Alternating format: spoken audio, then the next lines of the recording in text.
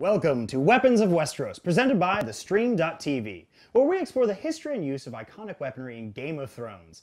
I'm Brian Forrest, and today we travel to the Nine Kingdoms and head far north of the Wall, as we look at the fury being brought to the battlefield by the Free Folk, aka the Wildlings. Wildling is a collective term used by inhabitants south of the Wall to identify the self-proclaimed Free Folk. There are possibly hundreds of thousands of wildlings north of the Wall, split into hundreds of cultures and tribes. When Mance brought the tribes together, the Free Folk had to find a balance of power amongst themselves in order to form a functional fighting force. Wildlings do not mine ore or smelt metal, so their weaponry is typically made of naturally found materials. They often wield arms made of stone, wood, iron, and even bone. Wildlings are excellent raiders and scavengers, and they have learned to modify the weaponry they find on their raids, or when the crows venture too far from safety of Castle Black. Bows are also very common weapons amongst the Wildlings. It is a double use for hunting and also makes an excellent weapon that any warrior or Spearwife can use.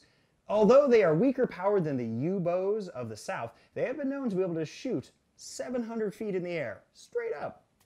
Also found in the ranks of Wildlings are large-bladed axes, slender spears, short, brutal swords, and knives of every shape and size.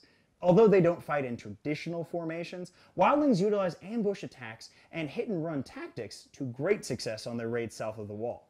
When they do launch their attack on the Nine Kingdoms, they also bring some specialized weapons, including wargs, woolly mammoths, and actual giants. If the Wildlings can keep the peace amongst themselves, they are a serious force to be reckoned with, not just against the Night's Watch, but for all the Nine Kingdoms.